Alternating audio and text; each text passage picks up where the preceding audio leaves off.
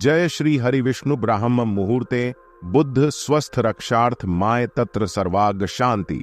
अर्थम स्मर मधुसूदन, अर्थात स्वस्थ मनुष्य को अपने स्वास्थ्य की रक्षा के लिए अवश्य ही ब्रह्म मुहूर्त में बिस्तर का त्याग कर देना चाहिए तथा उस समय भगवान मधुसूदन का वंदन कर उनसे प्रार्थना करनी चाहिए ताकि मनुष्य के द्वारा किए गए समस्त पाप कर्मों को भगवान द्वारा क्षमा कर दिया जाए।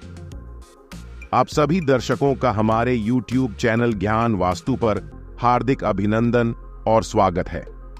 हमारे सनातनी धर्मशास्त्रों में वर्णित दिव्य ज्ञान के माध्यम से अपनी इस प्रस्तुति में हम आपको ग्रहण मुहूर्त एवं ब्रह्म मुहूर्त में होने वाले लाभ तथा ब्रह्म मुहूर्त की अद्भुत महिमा, इन सभी विषयों के संदर्भ में एक छोटी सी जानकारी देने का प्रयास कर रहे हैं।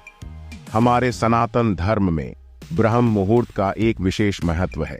ब्रह्म का अर्थ है परमात्मा तथा मुहूर्त का अर्थ हुआ अर्थात परमात्मा का समय। ब्रह्म मुहूर्त में ही इस भूलोक पर सकारात्मक ऊर्जा का प्रवाह अधिक रहता है। साथ ही इस कालावधि में जागने पर शरीर में नई उमंग एवं ऊर्जा का संचार भी अधिक होता है। ब्रह्म मुहूर्त में समस्त देवी देवता पृथ्वी पर भ्रमण करते हैं। ऐसे में देवी देवताओं को प्रसन्न करने के लिए इस अवधि में कुछ विशिष्ट तथा एकांतिक कार्य करने की सलाह दी जाती है। इसी के सन्मुख शास्त्रों के अनुसार कुछ ऐसे कार्य भी हैं जिन्हें ब्रह्म मुहूर्त में कदापि नहीं करना चाहिए। आइए जानते हैं कि ब्रह्म मुहूर्त की कालावधि कब से कब तक की होती है तथा इस समय कौन से कार्य श्रेष्ठ हैं एवं कौन से नहीं।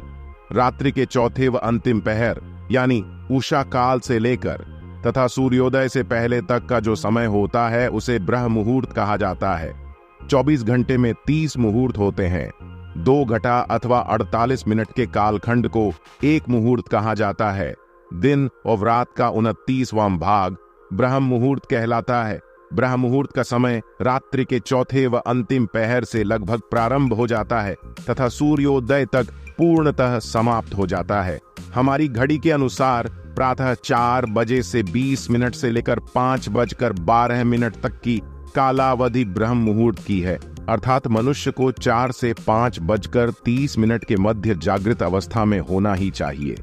यह समय निद्रा त्याग के लिए सर्वोत्तम है। इस कालखंड में मनुष्य को किसी भी परिस्थिति में अवश्य ही अपने शैया का त्याग कर देना चाहिए। अब बहुत से लोगों के मन में यह शंका अवश्य उठती होगी कि इस वीडियो में बहुत से ऐसे भी स्थान हैं जहां बताए गए समय से पूर्व ही सूर्योदय हो जाता है। इस शंका का समाधान यह है कि उन स्थानों में जितनी शीघ्रता से सूर्य उदय होता है उतनी ही शीघ्र सूर्यास्त भी हो जाता है। इसी के फल स्वरूप इन स्थानों में रहने वाले मनुष्यों को अपनी दिनचर्या सूर्योदय सूर्यास्त के अनुरूप अपने अपने कार्यों को निभाते हुए पुनः सूर्योदय से कम 2 घंटा पूर्व अवश्य ही जाग जाना चाहिए। तथापि उन स्थानों में सूर्योदय का समय कोई भी हो, ब्रह्म मुहूर्त में उठने से सौंदर्य बल, बुद्धि विद्या, आयु और उत्तम स्वास्थ्य की प्राप्ति होती है। यह समय ग्रंथ रचना के लिए उत्तम माना गया है। ब्रह्म मुहूर्त में उठने से शरीर में शारीरिक बल एवं सहन शक्ति का निर्माण होने लगता है तथा साथ ही मानसिक तनाव, चिंता, अनिद्रा और निराशा जैसी विभिन्न मानसिक बीमारियां दूर होने लगती हैं। ब्रह्म मुहूर्त को अक्षय मुहूर्त भी कहा जाता है।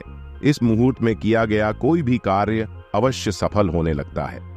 पौराणिक काल में महान आर्षि मुनि व योगी जन ध्यान के लिए इसी समय को यथोचित मानते थे। आइए अब जानते हैं कि ब्रह्म मुहूर्त में हमें कौन से कार्य विशेष रूप से करने चाहिए एवं कौन से नहीं। वेदों के अनुसार इस समय उठते ही शौच व स्नान आदि करके यह 4 कार्य अवश्य करें। पहला है प्रभु वंदन, दूसरा ध्यान, तीसरा प्रार्थना और चौथा स्वाध्याय। वैदिक रीति से किया गया प्रभु वंदन सबसे उचित होता है। उसके बाद ध्यान एवं फिर प्रार्थना करें। विद्यार्थी वर्ग को प्रभु का वंदन करके अध्ययन आरंभ कर लेना चाहिए। यह समय स्वाध्याय के लिए श्रेष्ठ माना गया है। ब्रह्म मुहूर्त के दौरान नकारात्मक विचार, बहस, वार्तालाप, संभोग, नींद, भोजन, यात्रा, किसी भी प्रकार का शोर आदि ऐसे अनुचित कार्य भूलकर भी ना करें, क्योंकि इस कालावधि में देवी देवता एवं पी गण हमारे इर्द गिर्द विचरण करते रहते हैं तथा ऐसे कार्यों से नकारात्मकता का प्रादुर्भाव होने लगता है। यह भी देखा गया है कि अधिकांश लोग इस समय जोर जोर से आरती, पूजा पाठ इत्यादि करते हैं। कुछ तो इस समय हवन आदि क्रियाएं संपन्न करने लगते हैं। यह सर्वथा अनुचित है। इससे वे खुद को और दूसरों को संकट में डाल देते हैं। विद्वान मनुष्य को चाहिए कि वे ऐसे लोगों से दूरी बनाए रखे। पुराणों के अनुसार इस समय की निद्रा ब्रह्म मुहूर्त के पुण्यों का नाश करने वाली होती है। अतः इस समय सोना शास्त्रों में निषिद्ध माना गया है।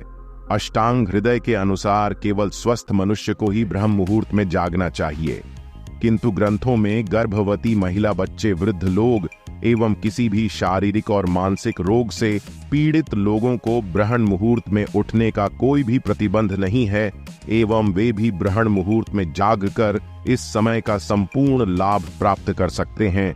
इस समय संपूर्ण वातावरण निर्मल व शांतिमय रहता है। सत्व गुणों की प्रधानता अधिक रहती है। प्रमुख मंदिरों के पट भी ब्रह्म मुहूर्त में ही खोल दिए जाते हैं तथा भगवान का श्रृंगार व पूजन भी ब्रह्म मुहूर्त में ही किए जाने का विधान है। ब्रह्म मुहूर्त को न केवल शास्त्रों की दृष्टि से बल्कि आयुर्वेद और आधुनिक चिकित्सा पद्धति में भी बहुत महत्वपूर्ण माना गया है। वैज्ञानिक शोधों से ज्ञात हुआ है कि ब्रह्म मुहूर्त में वायुमंडल प्रदूषण रहित होता है एवं इस समय वायुमंडल में ऑक्सीजन अर्थात प्राणवायु की मात्रा सबसे अधिक व शुद्ध होती है, जो कि फेफड़े की शुद्धि के लिए बहुत महत्वपूर्ण है। शुद्ध वायु मिलने से मन मस्तिष्क भी स्वस्थ रहता है तथा तरोताजगी व स्फूर्ति भी बनी रहती है। आयुर्वेद के अनुसार इस समय बहने वाली वायु को अमृत तुल्य कहा गया है। इस समय उठकर टहल से एवं व्यायाम आदि करने से शरीर में संजीवनी शक्ति का भी प्रवाह होता है एवं निरंतर ऐसा करने से शरीर कमल की भांति सुंदर हो जाता है। ब्रह्म मुहूर्त के समय मन में कभी भी नकारात्मक भाव नहीं लाना चाहिए, अन्यथा नकारात्मक भावों का मन में उत्पन्न होने से आप पूरे दिन तनावग्रस्त रहेंगे, जिससे आपको मानसिक रूप से भी परेशानी हो सकती है। अंततः इस समय कोई भी बुरे अपने मन में प्रकट न होने दें तथा इस समय वंदन, ध्यान, प्रार्थना, स्वाध्याय एवं व्यायाम इत्यादि करें। इस समय में शुभ कार्य करने से वह पूर्ण होते हैं और पूजा अर्चना करने से भगवान का विशेष आशीर्वाद प्राप्त होता है।